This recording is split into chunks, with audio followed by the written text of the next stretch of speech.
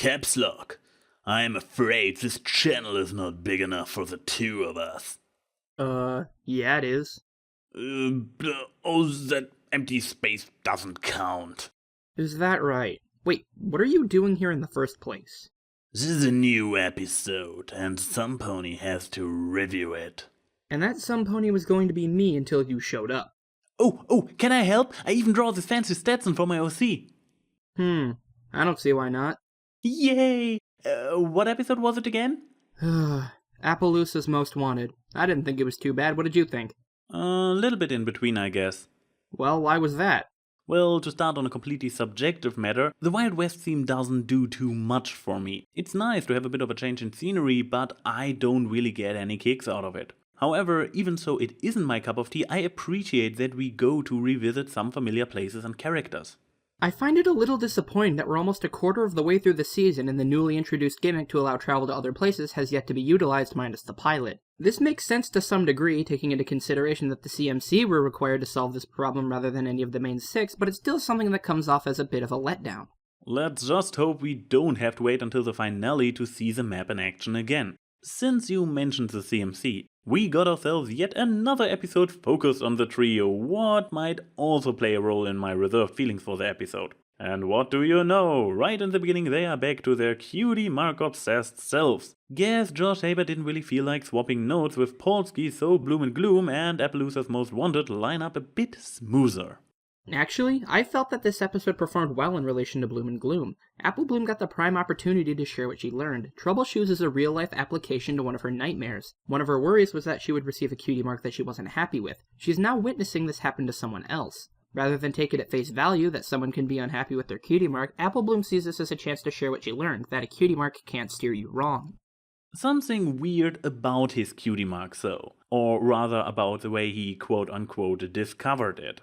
So far, all cases of a pony receiving their cutie mark we got to witness followed the same formula.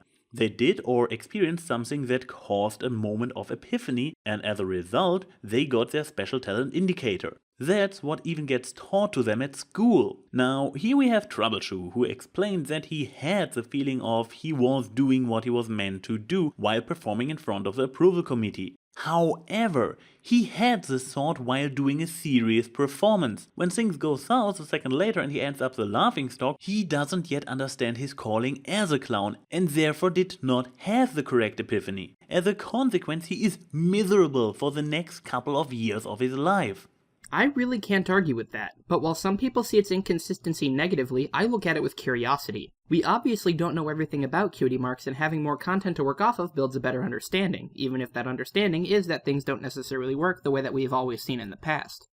Considering that this entire season has cutie mark written all over it, this probably won't be the last new piece of information we got about those magical butt tattoos. However, I hope that in the end we have a more wholesome and cohesive picture of how they work. Then small inconsistencies like Troubleshoe's cutie mark story being so very different from all the other ones we know can really be an interesting little curiosity and not one piece in a big confusing mess. Guess that's the downside of working with such a straightforward metaphor for a rather complex and abstract concept like self-identity, maturity, and life goals. Also, it kind of troubles me that the mere thought, I am doing what I am supposed to do, can trigger the cutie mark even without you actually realizing your talent.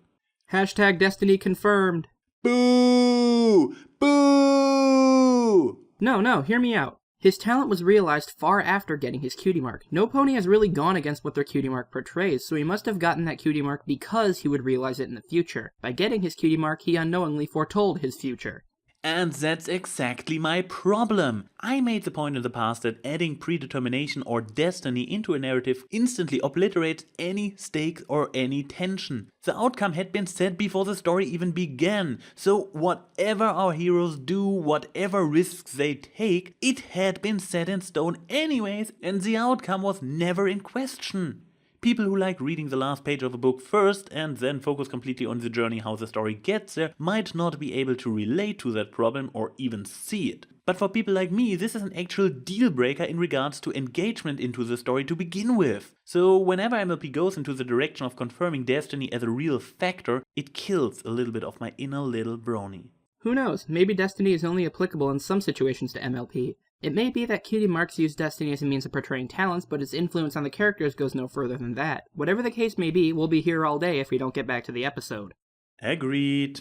While we are talking meta, an interesting aspect about this episode I realized. It is another Polsky episode, what not only means that he is allowed to return to the place he invented for Over a Barrel, but also that he took another step as a writer for MLP. During the first 3 seasons he was mainly known for writing more loose and funny episodes with a lot of slapstick. In season 4 he picked up Slice of Life and produced some fantastic pieces in form of Rarity Takes Manhattan and For Whom the Sweetie Belle Toils. And Equestria Games.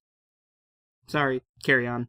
Anyways, now here he created a mainly Slice of Life episode, but introduced a character who is walking slapstick. But unlike in Feeling Pinky Keen, the slapstick is really only contained as a character feature for Trouble Shoes and does not include other characters. This is a fascinating evolution on Polsky's end, if you ask me. Whereas slapstick is usually only put in for comedic effect, Polsky manages to add slapstick as a fundamental part of the narrative. Over the Barrel featured a pie war that ultimately created peace between 2 races. Too Many Pinkie Pies utilized the same kind of humor, having watching paint dry actually be a point that contributed to the development of the episode. And now we see slapstick as someone's special talent. It takes a lot of skill to implement these in constructive ways, but Polsky pulls through for us several times over. Pie! Are you alright, AnY? Sorry, just got carried away a bit there. That pie battle, it brings back memories. Look at them! They are sharpening their horns. Those are deadly instruments. Where this pie? Settlers remove those trees? Why is everybody? He got hit by a pie while he was about to run over. About to run over a pony, to kill the pony, and he got hit by a pie. Sorry, where were we? I was just about to begin talking about some of the characters in this episode, predominantly Appleoosa. While I find her to be incredibly consistent in her portrayals across the series, I also wonder if she's too consistent. She has a tendency to not think things through, often getting in trouble because she failed to consider the consequences. This holds true in bridal gossip all the way to Some Pony to Watch Over Me. Once a loose cannon, always a loose cannon. However, it seems like this flaw of hers is one that shouldn't have stuck for this long. She's constantly put in dangerous situations, and the fact that she still hasn't learned to stop and think is concerning. I feel that her character is beginning to stagnate in this regard. While I do commend her for what I mentioned before, taking the lesson in Bloom and Gloom to heart, that's just one part of her character, whereas the problem I have with her is a part that comes out time and time again.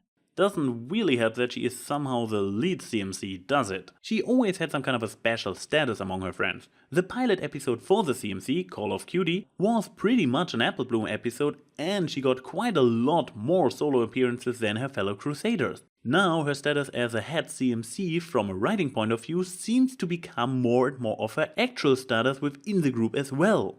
With Applebloom as the leader, we get to see the other 2 in their own elements. When Applebloom runs off without another thought, Sweetie Belle takes caution, and Scootaloo has a more moderate view but doesn't assert it as much. When I look at it, they certainly have a group dynamic, but none of these attributes serve as ones of an effective leader.